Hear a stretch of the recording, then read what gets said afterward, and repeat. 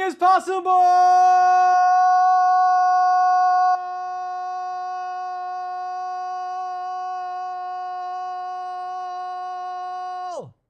Wow. I could have kept going. Yeah, I mean, keep going. Start again. Oh!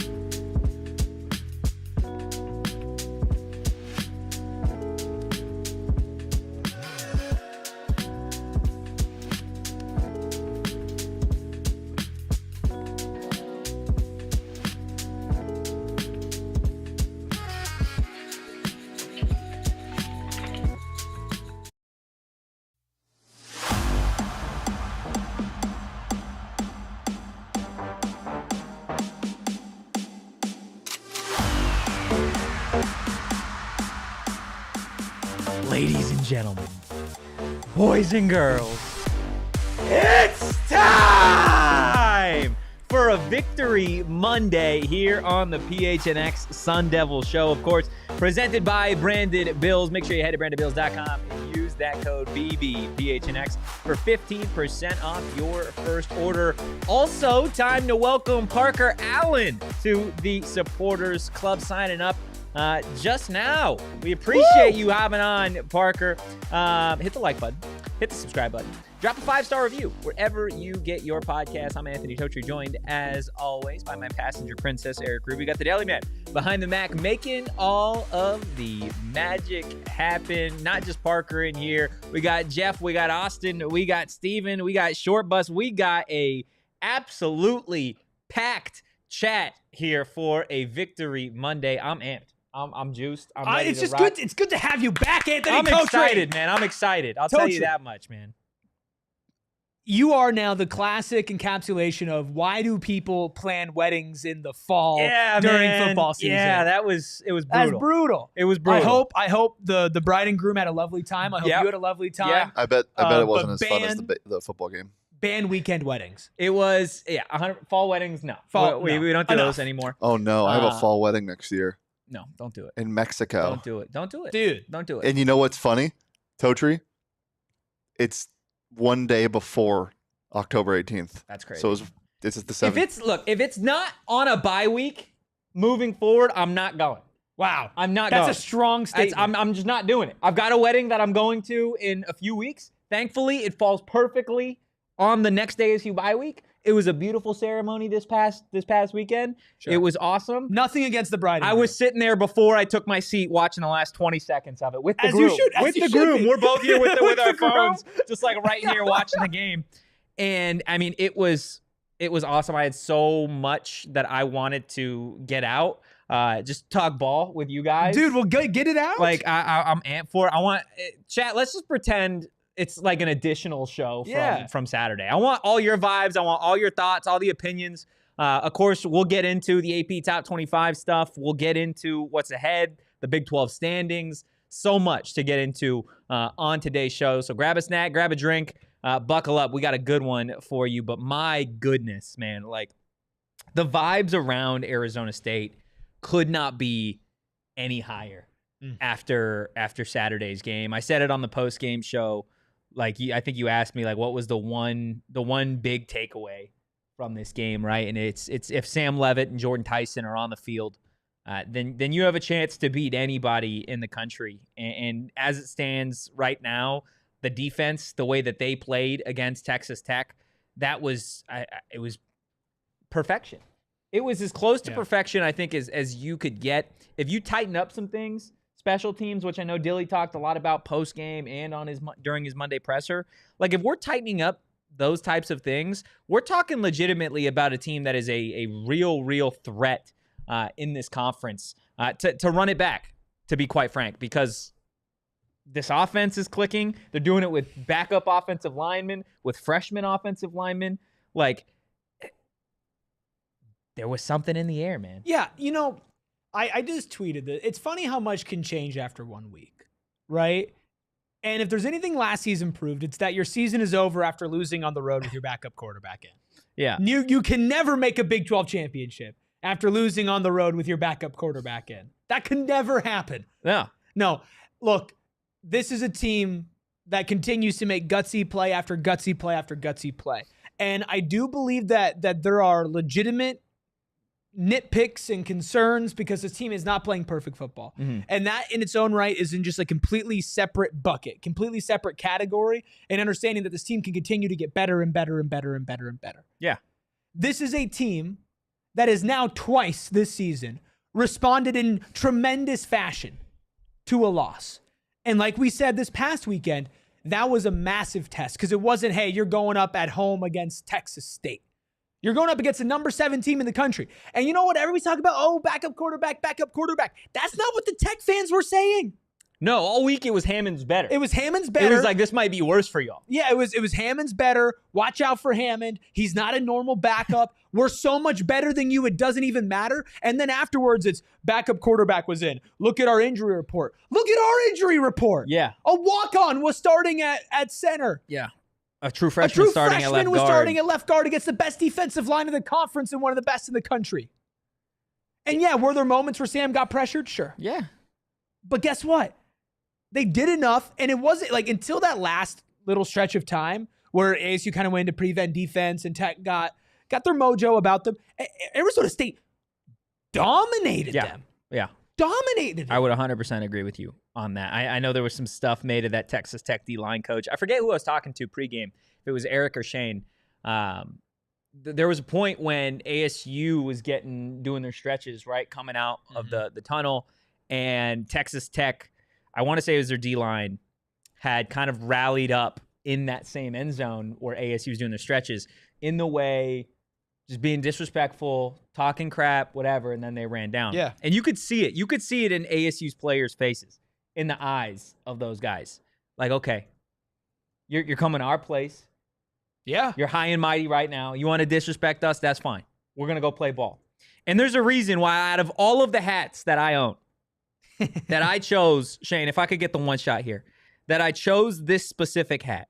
For those of you that can't see it, it says Arizona State Sun Devils 2024 Big 12 champions.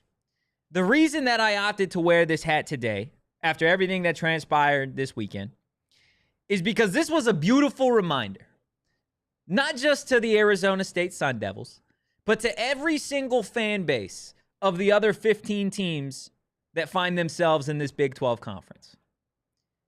That this conference, here in 2025, still runs through the Arizona State Sun Devils. You could be number 7 in the country. You could be number 16 in the country. You could be unranked. Does not matter. Because when Sam Leavitt and Jordyn Tyson are playing like that, and that defense is out there playing like that, they can beat anybody in this damn conference.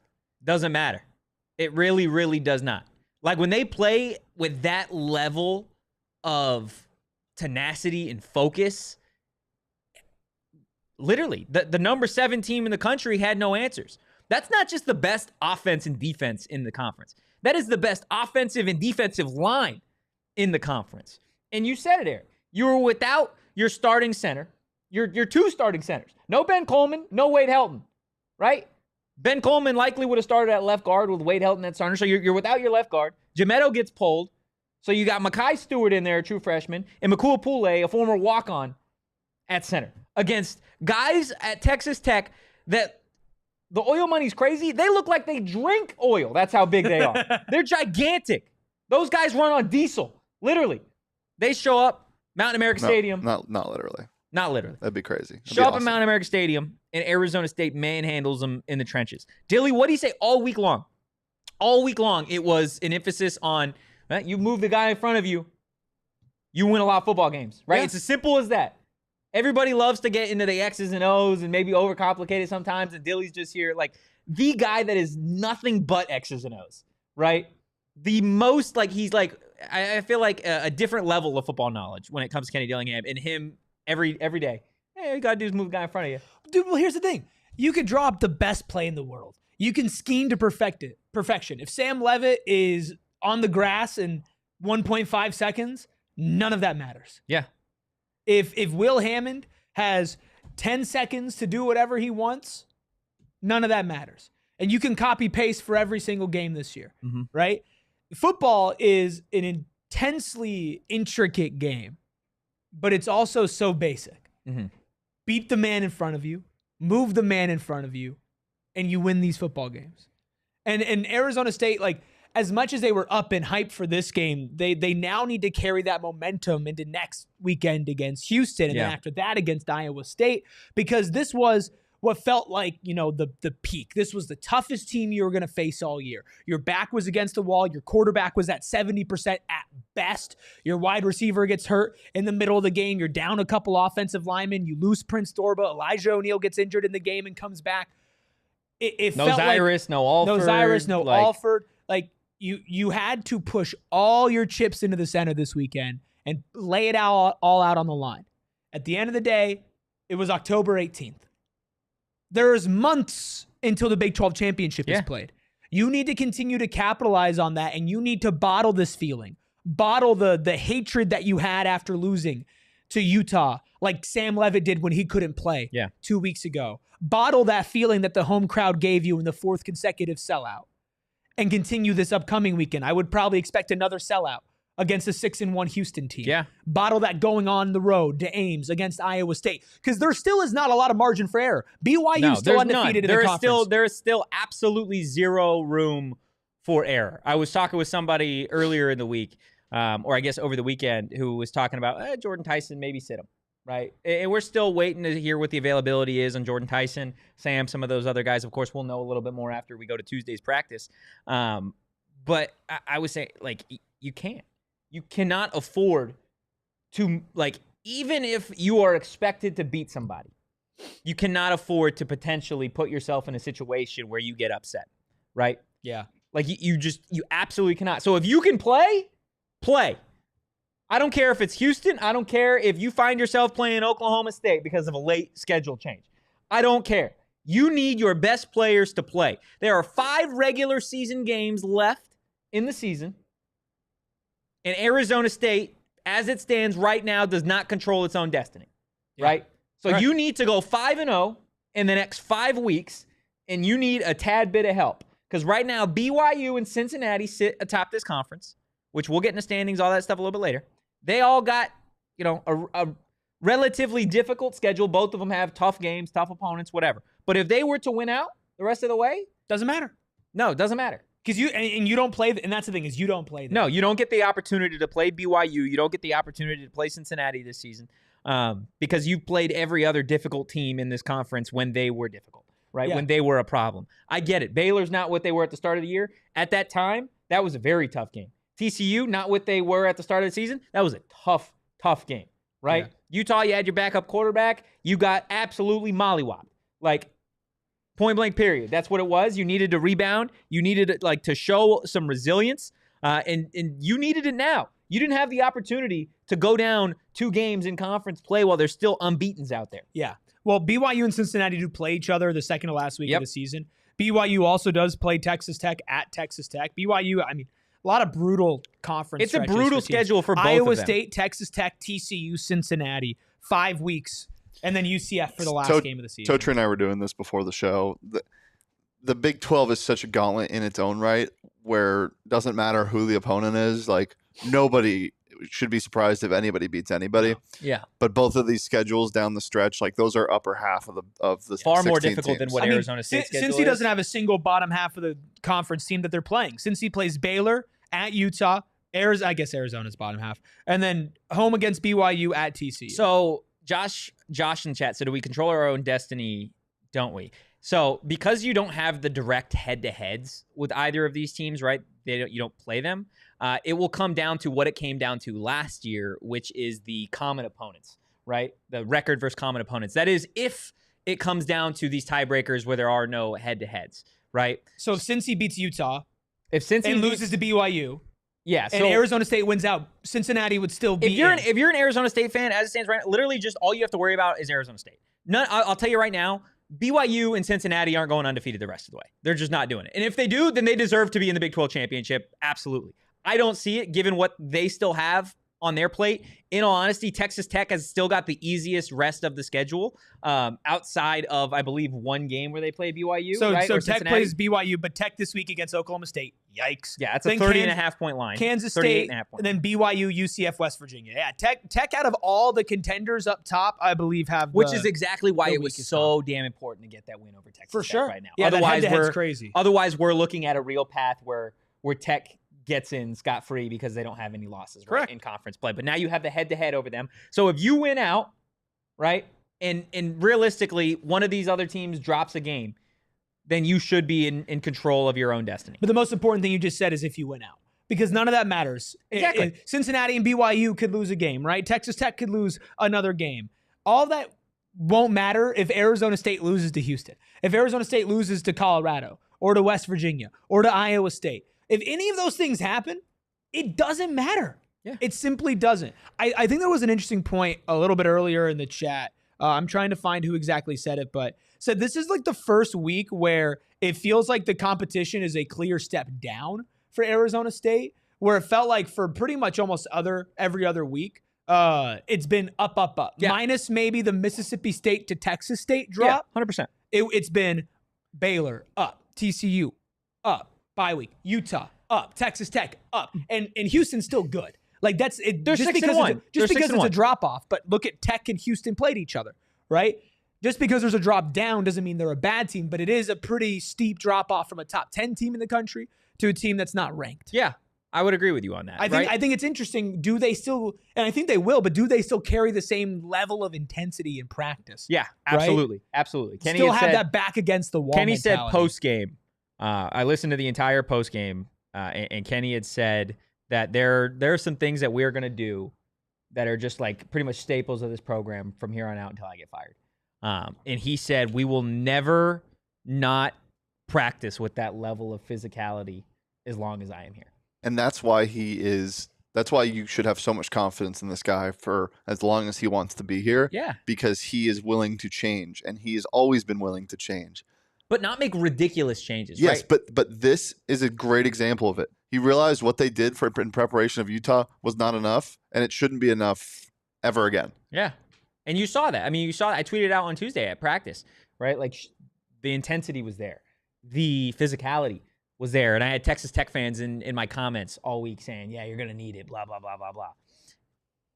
It made a difference, right? That extra juice, that extra fire, it was clearly missing against Utah. It's back. It's there. This is very, very similar to last season. Both the 2024 team and 2025 team are exactly where they were at 7 games last year. They're both sitting at 5-2.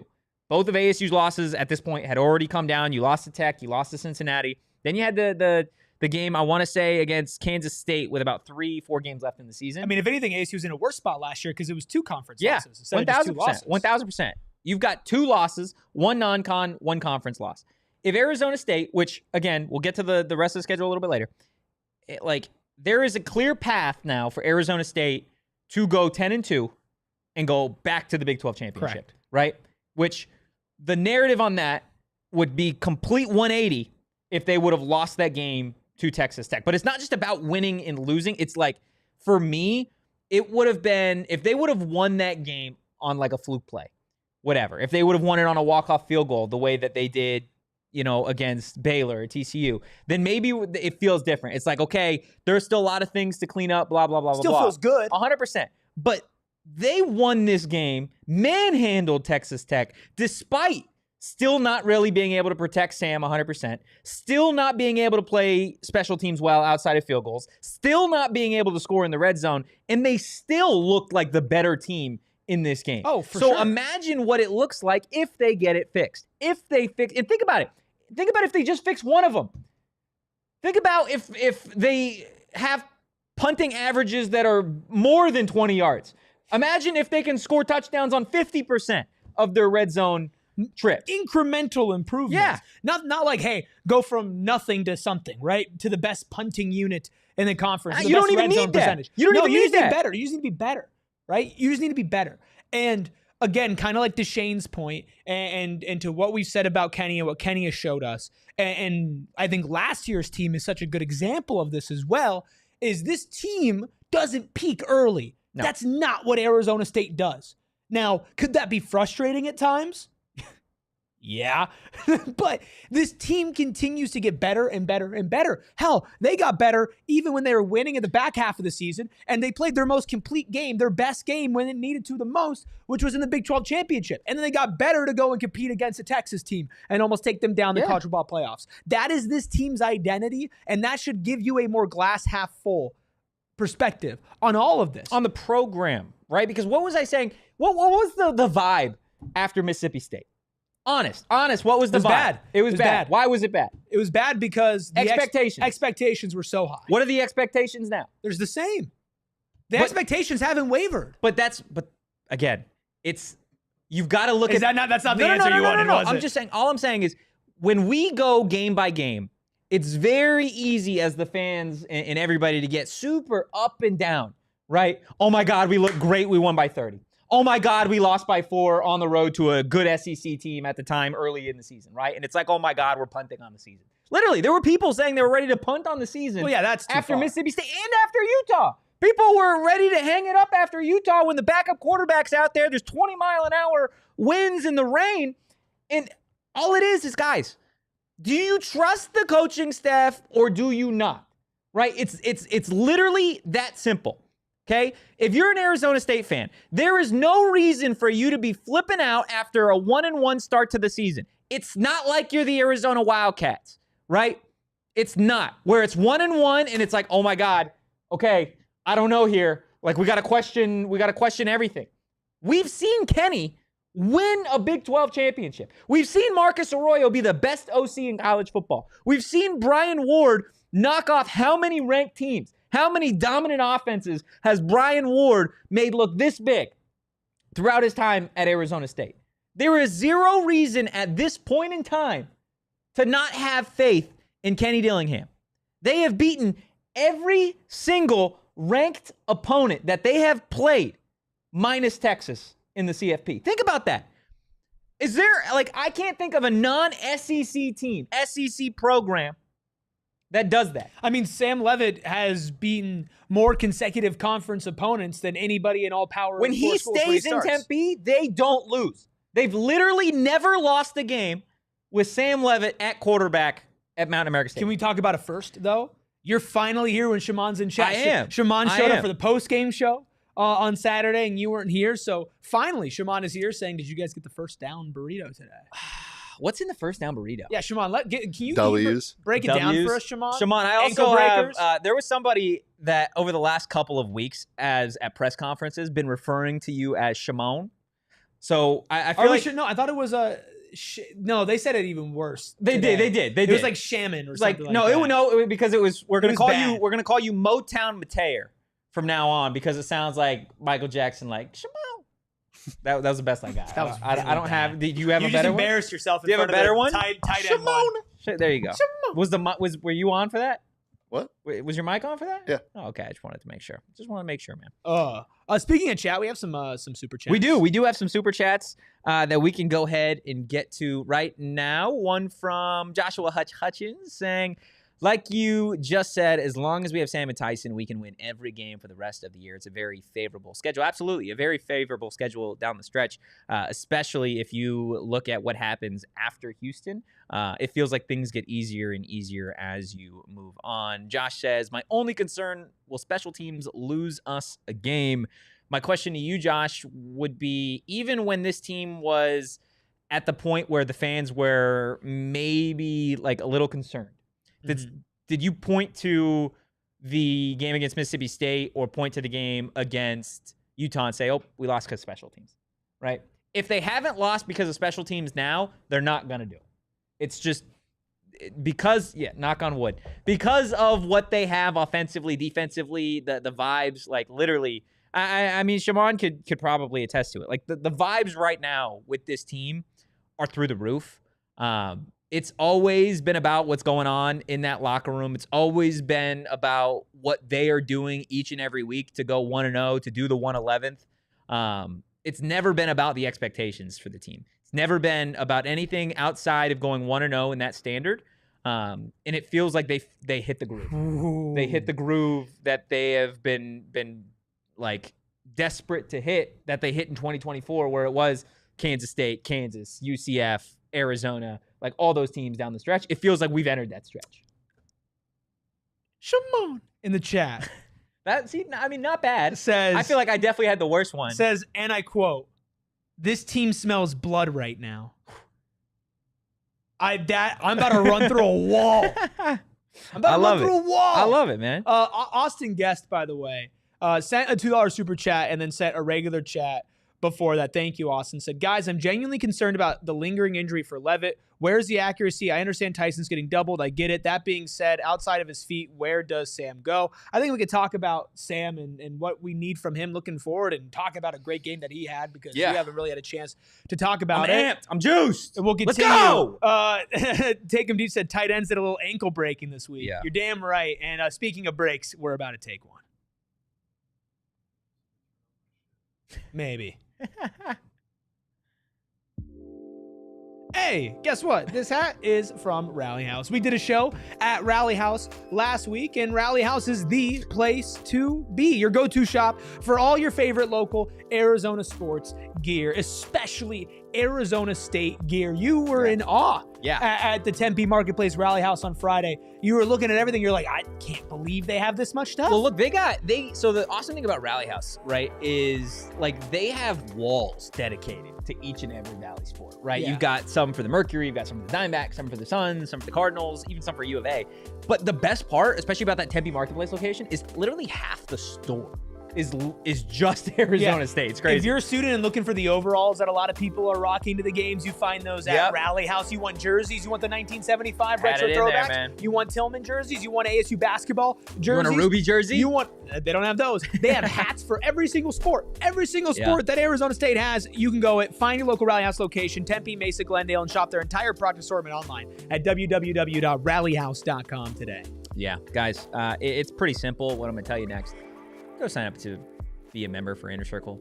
It's literally a free membership program that is the easiest thing maybe in the world to sign up for. Literally go to the App Store, download the app, email, phone number, boom. That's it. That's all it takes to sign up to be an Inner Circle member. So the question is, what are you getting when you sign up for Inner Circle?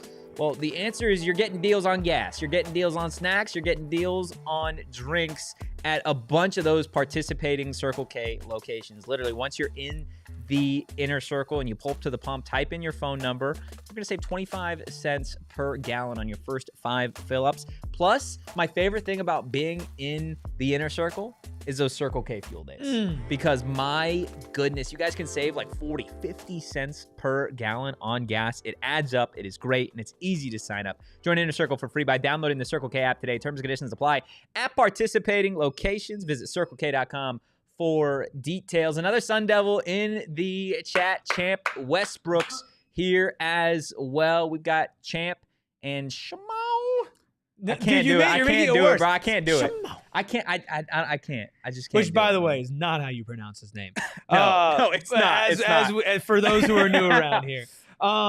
Dude, I love this theme of getting ASU players in it's huge. in the chat. It's huge. Open invitation, I'm by the way, all the surprised players to come in. I thought they were on the avoiding show. you, honestly, because every time they showed up, you were Why here. would they avoid me? I don't know. That was my question. But every time that you weren't here is when they showed up. Maybe we can get Jalen Moss in the chat.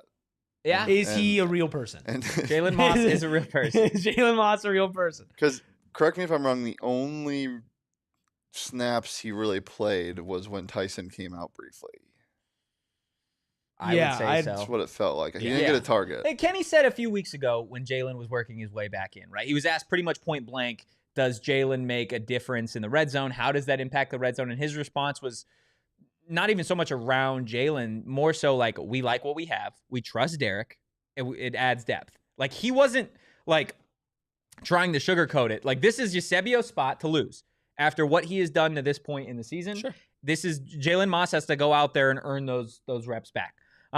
Which I think is fair, right? Based off of what we've seen from Derek, especially what we've seen recently. Stop calling him Derek. What do you want me to call him? Eusebio? Yeah, Derek really threw me off. I was like, Derek. Okay. My white wonder. That's what I'll call him. No, call him Eusebio. So between Eusebio, between Jaron Hamilton starting to pick it up as 100 yards from him. Like the receiving core, it feels pretty established to me at this point. Like Tyson's always going to be JT out there. Jaron Hamilton and Derek Eusebio, along with what you have in the tight ends, right? What you have in the running backs. Yeah, Jalen Moss is here. When he does it in game from a production standpoint, then I think we can further that conversation. The same thing goes with Malik, right? He's out there, but in terms of like actual production in the receiving game, it's still like a TBD type of thing. He had some good blocks on Saturday. He did. There was a specific play that I pointed out to him that it was like, hey, that's a good block. It's a good block from Malik out there. Nice. Yeah. Jalen Moss might not be real yet. Jalen Moss is real. No, he might not be real yet. Jaron Hamilton is real. Jaron Hamilton is real fast. I mean, Jaron Hamilton, you know how you can tell if somebody got beat like a drum? When Sam Leavitt just throws the ball straight up in the air. Yeah. And, I mean, they were great balls for the pressure he was under. And Jaron Hamilton can just walk under it like a punt return. Yeah. I mean, he beat the corners. That was belt to ass right there in one-on-one I was coverage. like, you burping? It's as simple as that. I mean, let's be real. It was belt to ass everywhere on that field. Yeah. Wide receivers, tight ends, offensive line, quarterback play, running backs, defense. Yeah. Like, it was outside of the punting unit, it was belt to ass up and down that field for just about 4 quarters. Yeah, like I mean, it was, and that's what you've been wanting out of Jaron. That's what we talking about a wide receiver 2 for this offense and what it could do for this offense. It's the first time that a wide receiver 2 has had over 100 yards this season. I think that we need to spend some time talking about Sam. Let's talk about because obviously that comment about worried about Sam's Mr. Clash health. Royale, who doesn't want the smoke with me on Clash Royale. Oh, are you officially calling it out? I told him before you didn't want the smoke, but whoa, you don't want the smoke with Clash Royale, Sam. You just don't. You don't want it, man. It's all good. Wow. It's all good. I mean, we got to clip this. That's fine. We can clip it. Sam doesn't want it. I don't think you want it. Oh, I want it. I've never seen you play that in my life. Because I'm working. Why would I play? Why would I play it here? Wait, what do you think I do at home outside of this? You're right. I work, I watch football, I go to the gym, and I play video games. That's it. That is the epitome of my life. I'm a 28-year-old man. What do you like? What do you want from me? You want me to garden? You want me like? Oh yeah, I was gonna say you should probably try to touch some grass. No, the only grass I touch is in video games and on Saturdays when I'm out there watching Arizona State put belt to ass on every Texas team out there. Bars. Four dubs, by the way, through what 7 games against Texas teams. Texas State took your lunch money. Baylor took your lunch money at your house and shoved you in your own locker. TCU, you came to Tempe and got your lunch money stolen. Texas Tech, I mean, you were talking all week long about going to the SEC. Nothing for you, man. Go back to Lubbock, where there is nothing but tummy aches and tortillas. Like, point blank, period. Yeah. Dub. That's by far the worst part of the loss for them. You have to go back to Lubbock. You have to go back. Yeah. Especially after seeing. I'm a big Tempe glass half full guy, right? Like you get to do these things. Well, you don't get to go back. You don't get to go. Nobody gets to go to Lubbock. No, you have to go. You're forced by gunpoint. Yeah. Yeah, and it's Raider Red. Lubbock. You're forced by double gunpoint. Waco. Waco's not. Yeah, Waco's bad. Waco's bad. I don't like Texas in general. Everybody knows. Yeah, I mean Texas is fine, and you get another opportunity this week with a Texas team coming to town. Yeah, I love all of the ASU players from Texas. Yeah, and there's a bunch of them. And I'm sure they enjoyed their home state. There's a bunch of them. But they know it's better here. Yeah, they do. They 100% know it's better. Still haven't been talking about Sam. Let's talk about it, man. I want to give you. Yeah, I mean, let's do the thing here because 3 games in, and there are some folks on this program that were even saying, Sam needs to do this. He needs to do that. Hold up. Okay, no. Let me finish. See, here's the thing. I love it. You grabbed it, turned around, and threw it at my head. No, I didn't throw it at your head yet. Yes. I didn't throw it at your head yet. I said there were people, fan base, other fan bases in this room. No. You said there were people on this program. There were. There 100% were people on this program. Give me a moment. We need to stop. Give me a moment. I was going to give you a moment. That I passed you the ball, and then you threw it at my face. It's not where you think it's going, okay? That said, hey, Sam doesn't look like this. Sam needs to do this. Sam needs to do that. And I said the same thing about Sam that I said about the whole team. Chill. We're 3 weeks into the season. This guy is a redshirt sophomore quarterback. People forget that this dude was a redshirt freshman last year. Yeah. 19 years old. leading this program to the CFP. Are we serious? Right? He gets here. The expectations, the standard, everybody knows who Sam Leavitt is now. Right? There's no Cam Scadaboo behind him. And it was, calm down. He still got Dilly. He still got Marcus. He's still Sam Leavitt. And he's still got the best wide receiver in college football. Right or wrong? Right. And every single week, he looks better. Right or wrong? Right. Okay. So, when I sit up here and I say, take a deep damn breath, just listen to me. Just for once. Please. That's all I ask. Okay? And when I'm wrong, call me out for being wrong. 100%. But Sam Leavitt for, he's a starting quarterback at Arizona State for a reason. Dilly has put all his eggs in Sam Leavitt's basket for a reason. There's a reason that Jordyn Tyson opted to come back to Arizona State. And it's not just Dilly. It's not just the program. It's the guy that's throwing him the football, right? He's a dual threat guy, and everybody outside of this program was out on Sam Leavitt after the first 3 weeks of the season. Everybody that wasn't in that locker room or that wasn't watching Sam Leavitt on a daily basis was saying, Sam isn't this. Now, he doesn't have Cam Scadaboo anymore, right? And Sam, despite being injured, despite not being able to run as dominantly as we've seen him do in the past, sat in the pocket and aired it out. Torched that Texas Tech defense. He did it against TCU too. And guess what? Regardless of how you think Sam Leavitt has played this season, Arizona State has never lost at home with Sam Leavitt as the quarterback. Never lost. He's 11-1 as a college football starting quarterback at Arizona State, with his first loss coming in his first Big 12 game on the road. He's that dude. He's always been that dude. Just let him be the dude, okay? If he has a bad game, if he has an iffy game, guess what? Everybody in sports at one point or another has a bad game.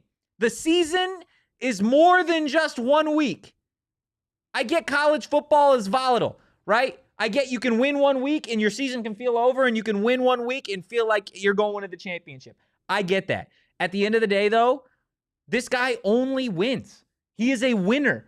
That's all Dilly's quarterbacks have ever been. Bo Nix, winner at Oregon. Right or wrong? Right. Jordan Travis, winner at Florida State. As long as Dilly has his quarterback, they win. That is all they do. The first year that he was here in 2023, he didn't really have one. Who was it? Jacob Conover? Was it Drew Pine?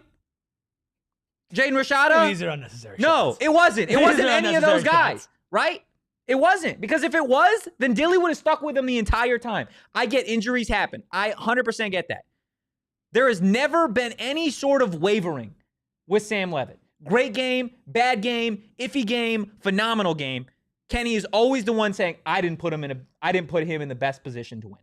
Right? It was never, he did this wrong. We need to be better here. He takes full accountability for that, which tells me that's his guy. He's always going to shoulder the blame for him no matter what.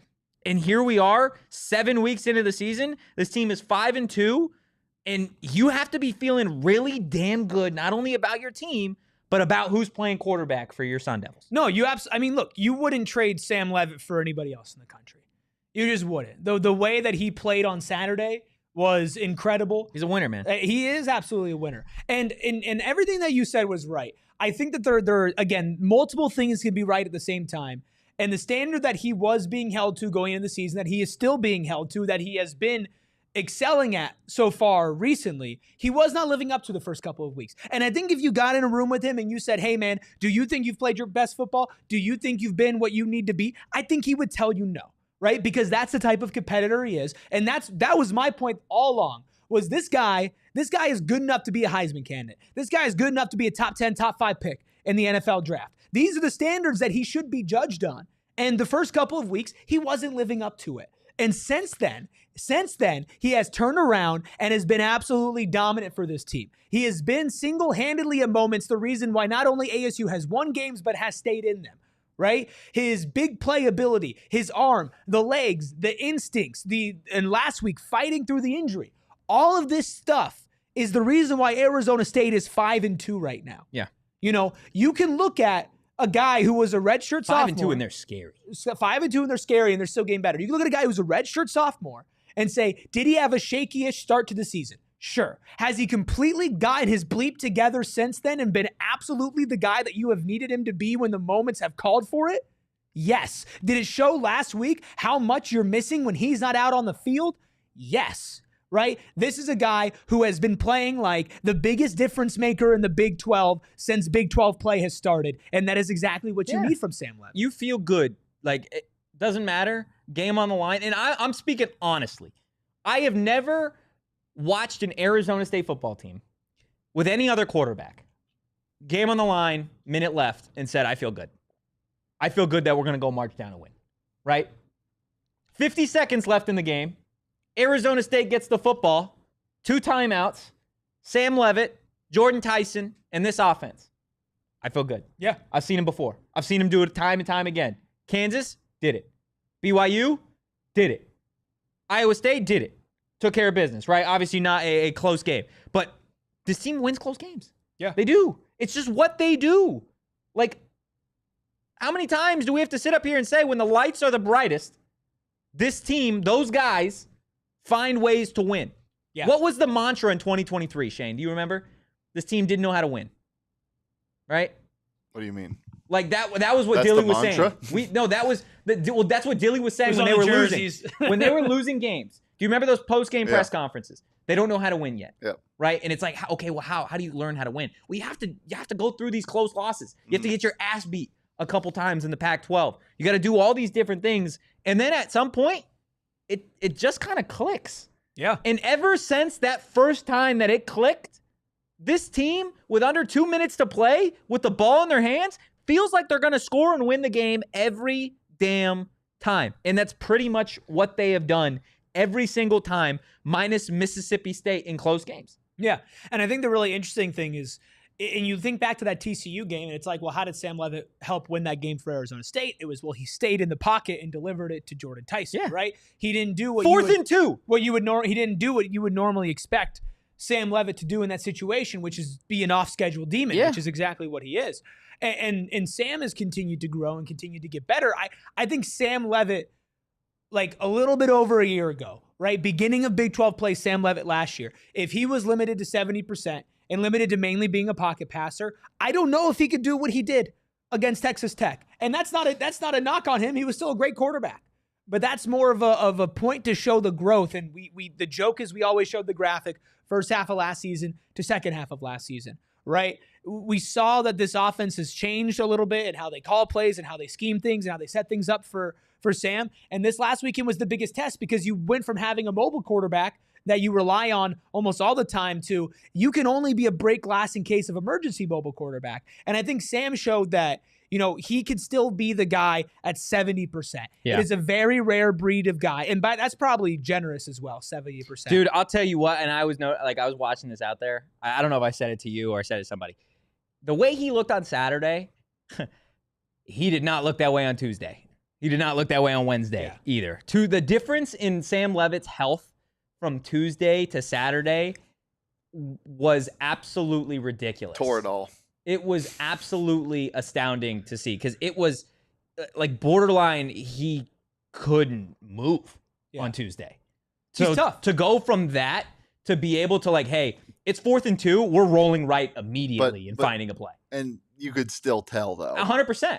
100%. But the difference, if he would have played on Tuesday, he wouldn't have played on Tuesday. He probably wouldn't have played on Tuesday, given what it looked like. So I'm very interested to see again what it looks like tomorrow, what Tyson looks like tomorrow, what all of these guys look like tomorrow. Again, tore it all in a drive to be great. We will. What's it called? If Dilly comments on these injuries after practice, then we'll be able to talk a little bit more about them.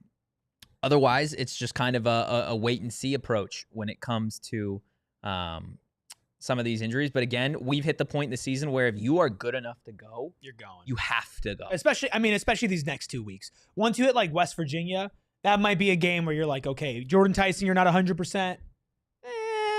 Even if you just need to play till you're up like 2-3 scores, then do that. Sure. If you want to stick him out there to be a decoy, but these next 2 weeks, Houston 6-1, Iowa State on the road.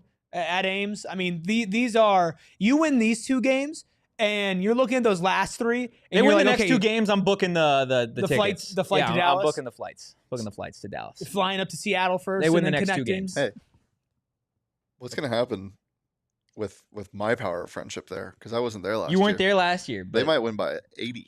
Wow. Power of friendship, man. Beats oil money. Always has. I told you. Always will. The Deli Man did say that. We've got still so much to get into. I know. By the way, Arizona State ranked number 24 in the top 25. We have not gotten to the first thing on our rundown yet. Because that doesn't matter. It doesn't. You know what matters? No, Friendship well, and community and in Sun Devil land. And November 3rd, when the CFP puts out their first poll. That is huge. Tuesday, November 3rd. How about Sun Devil land, though, man? Like, we talk about it. We talk about it Sun in Devil the land. office. Like, Sun Devil land rocks. Erik, obviously, he hosts the Sun show. And, you know, sometimes the vibes around the Phoenix Suns aren't always as hot. Hopefully they have a really good season. But, man, isn't Sun Devil land fun? It's awesome. It's a great land to be in. It's a great land. It's a great It's land. better than La La Land. It's an amusement park, right? It literally is. But it's free. How tall do you have to be to ride? 5'8". Wow. Yeah. Congrats, bro. Well, stay on this ride with us and keep your arms and legs inside the vehicle. We'll be back right after this break. Ladies and gentlemen, boys and girls, at the ripe age of 28, I've learned 2 things in this life. There are wants, there are needs. Sometimes they're both.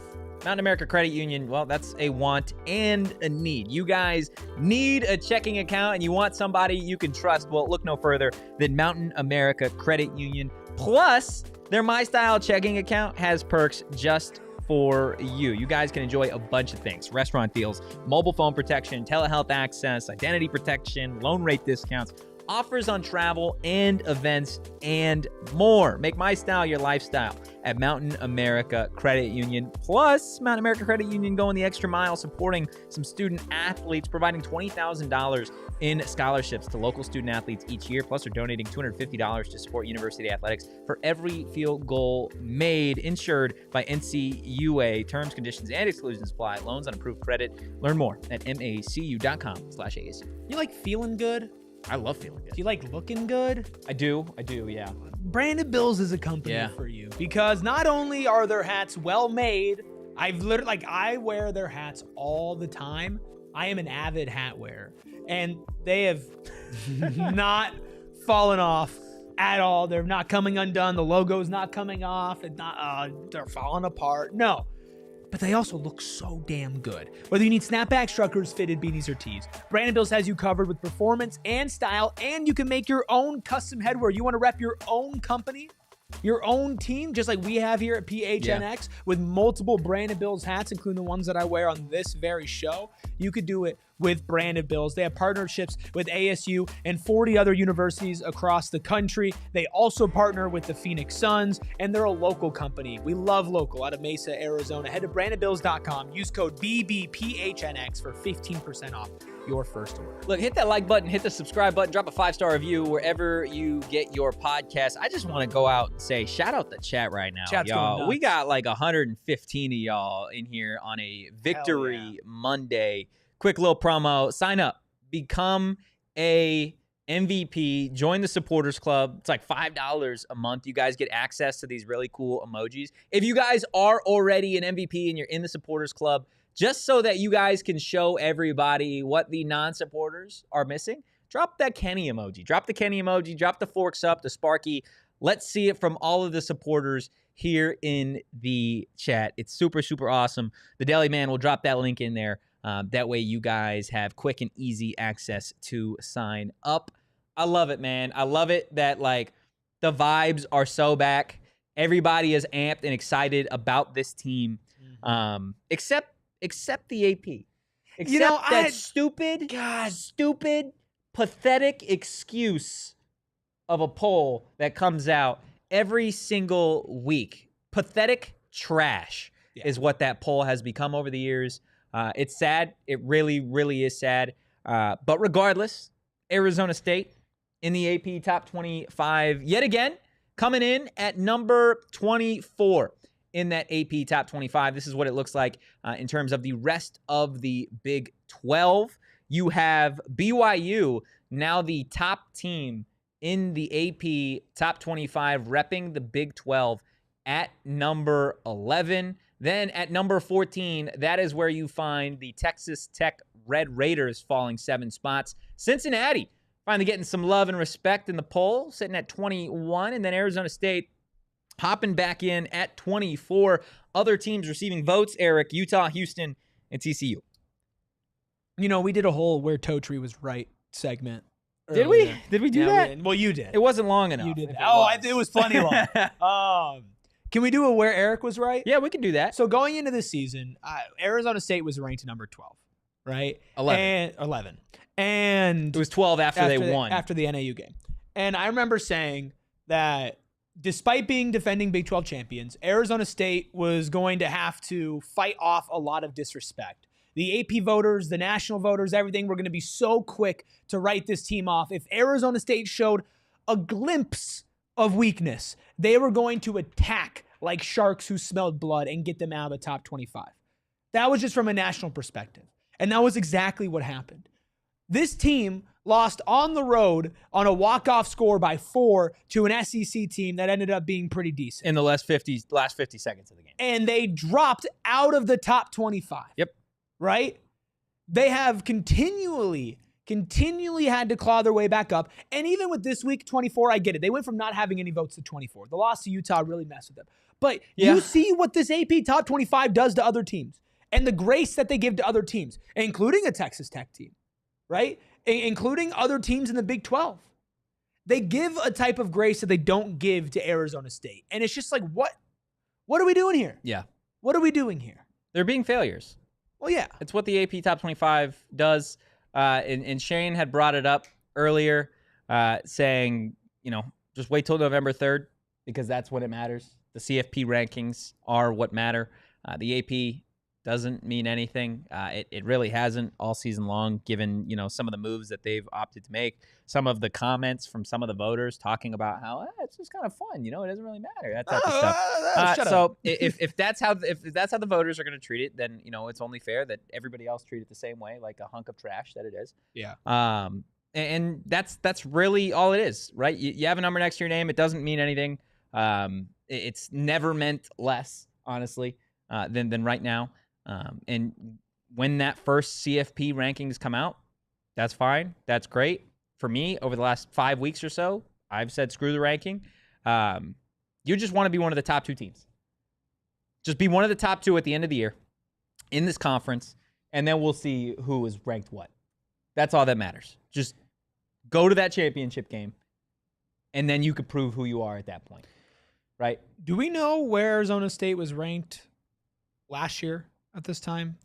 Because I don't know how to find that. Say AP top 25. You can just look 19. at through 7 games last year, right? That's what you're trying to find. Yeah. You can just go to. I don't believe they were ranked, right? That's kind of the point that I'm getting 5, at. 6, 7. That was so they had just lost to Cincinnati this past week a year ago.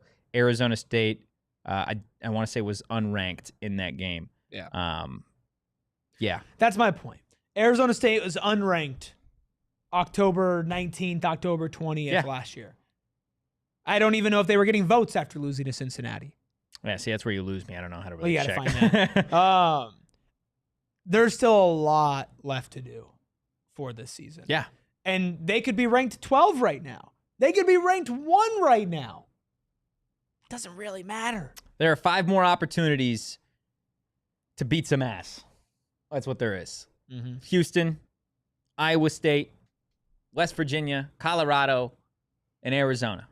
This is what's ahead for your Arizona State Sun Devils in terms of the rest, not the rest of the schedule, but for the next 4 games of the season. This is what it looks like. You're at home against Houston, who currently 6-1 overall, 3-1 in conference play, unranked.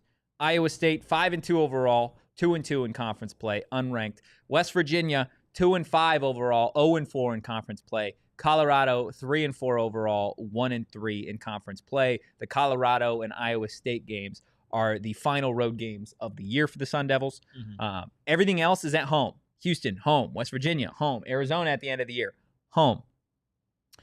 For me, and I said it already, if you beat Houston, you beat Iowa State, specifically Iowa State, because that's a road game. We know how this team just as of late is struggling a little bit on the road, right? You struggled at Utah. You struggled on the road at Mississippi State.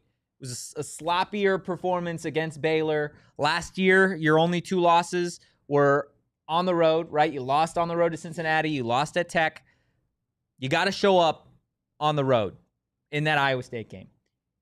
This stretch that they're on right now is the same stretch that they went on last year and won on the road, right? Especially that Kansas State game. That, for me, is where it flipped. Yeah. Right? Where it's like, oh, they're not only dominant at home, like they can go to someone else's house and punch them in the mouth, right? So if you can win this week, knock off another one-loss team, then you're going on the road in a raucous environment, Ames, Iowa. Like they get up for their football games. It's a great environment. Great college town.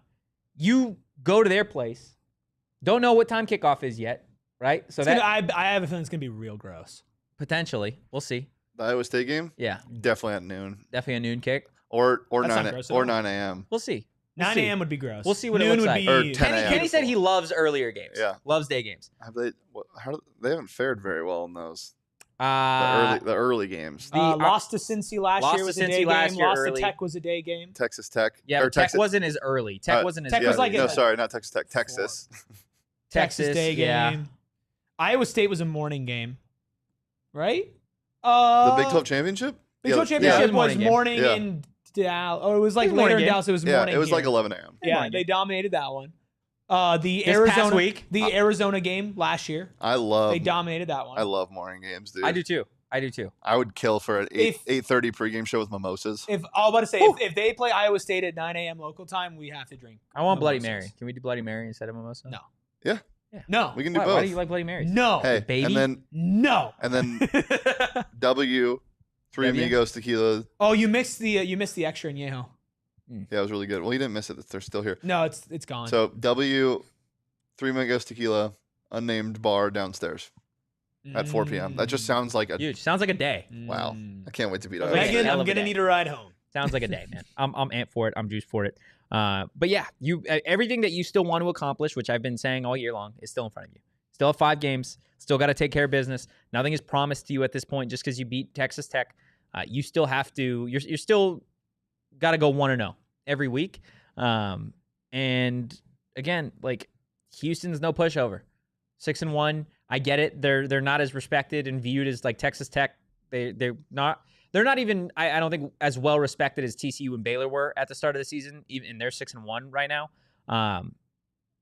You got to just handle business. You got to just handle business this week at home. Extend that winning streak at home again. You're probably going to get another sellout. Let the vibes continue to ride high, and then go into Ames, and that is going to be, for me, your last real test until you get to potentially a postseason and all that stuff. Sure. Also, like, let's not gloss over it. A couple years ago, this program was bad to the point where, like, they couldn't sniff bowl games. Right. You win this week, you're bowling, right? Which, again, it sounds minuscule and relative to things it is, but yeah, big it doesn't. picture, It doesn't but sound big big picture. picture. Consider where you were. This was a 3-9 program 2 years ago, right? And now we're talking Big 12 championship, defending Big 12 champions, and then we're bowling 8 games into the year.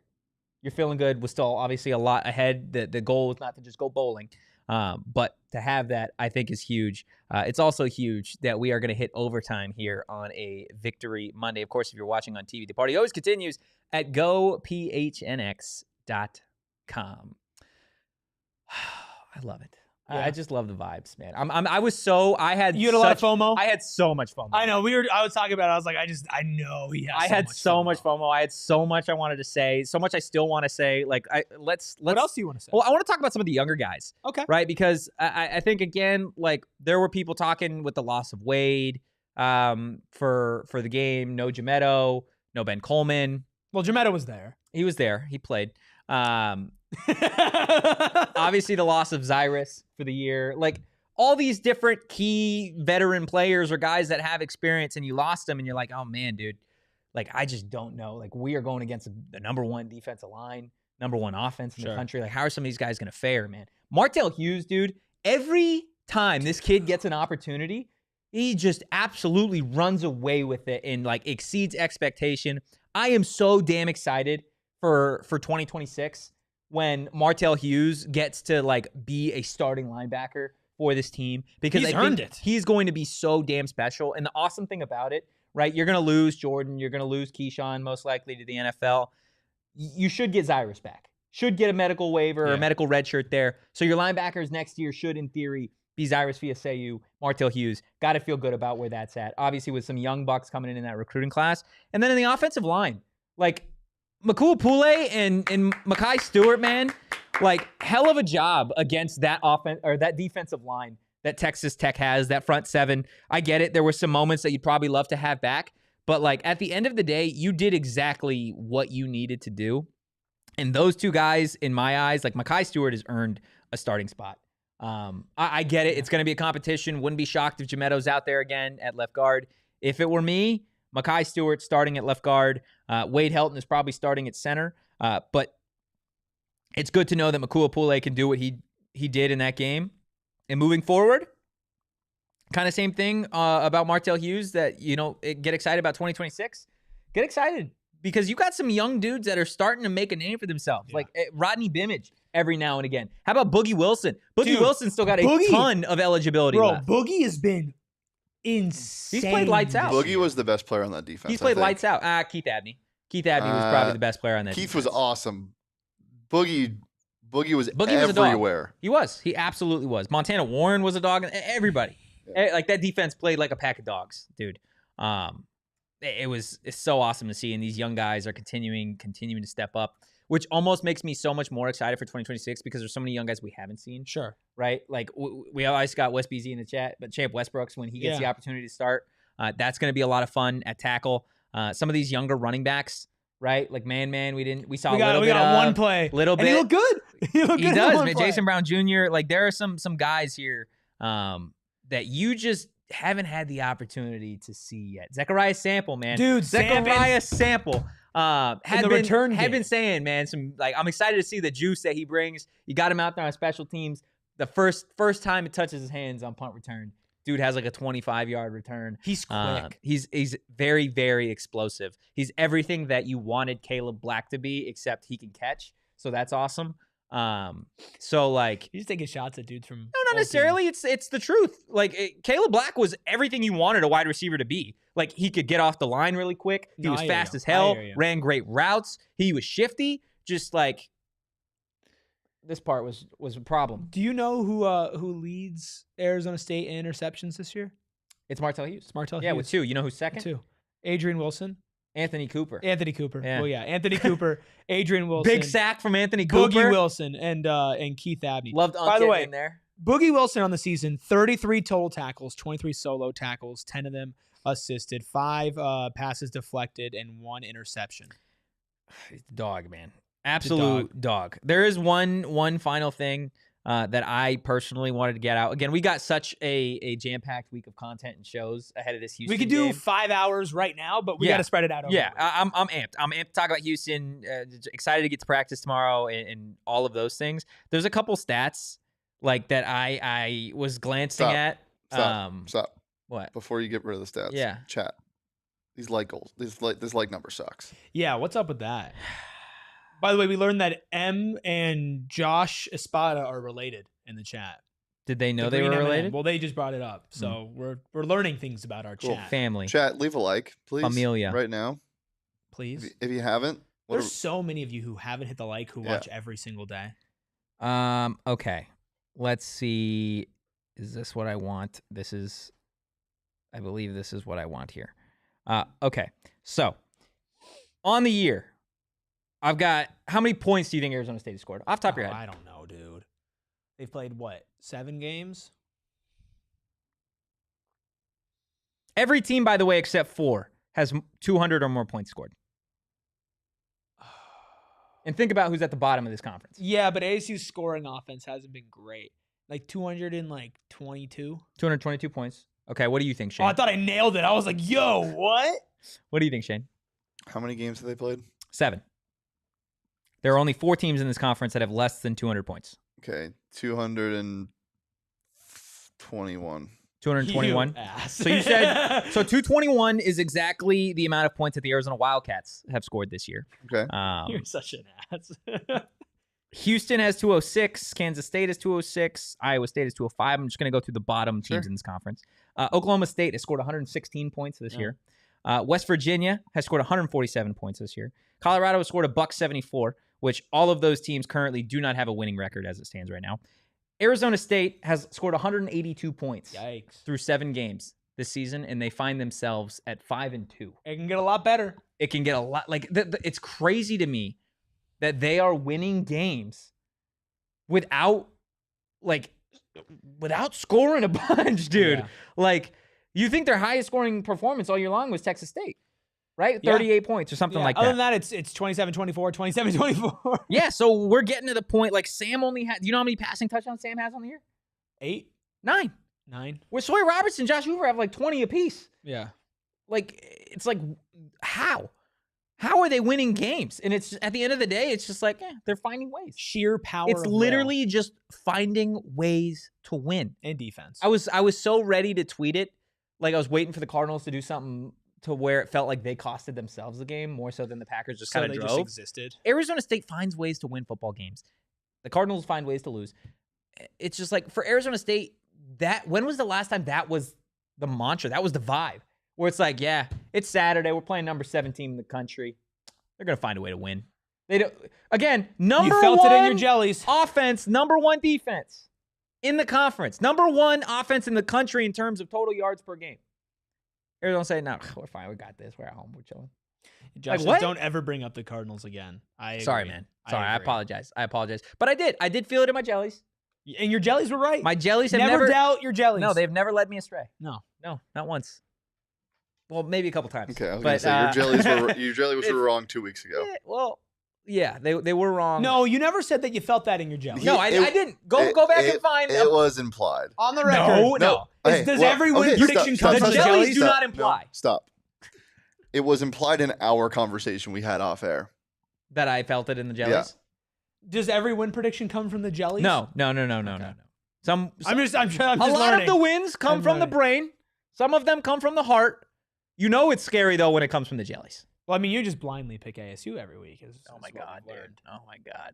The jellies cannot be implied. Maybe we get like a jelly bean as an emoji. No, when we're doing score prediction. Totri's jelly emoji.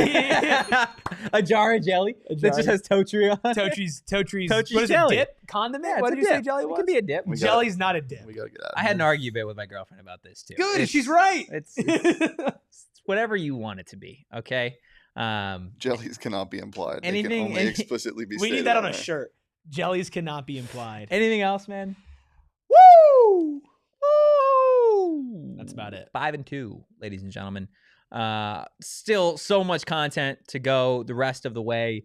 If you're not already subscribed, subscribe to PHNX Sports. We do this just about every single day. Pre-game shows, post-game shows, watch-alongs. Super, super amped for this week. It should be a really good one. Like I said, excited to get to practice and talk to all you guys on Tuesday and Wednesday to see the latest with those Arizona State Sun Devils. Hit the like button on your way out. And if you enjoyed today's content, give the show a follow at PHNX_Sun Devils. You can follow me at Anthony_Totri. You could follow my passenger princess, Erik Ruby, at Erik Ruby. That's Erik with a K. You can follow the Deli Man at Shane Deef. Just wary of Totri's jellies as always. And we will see you guys tomorrow. In the meantime, go Devils. Peace. We all silly like the mayor.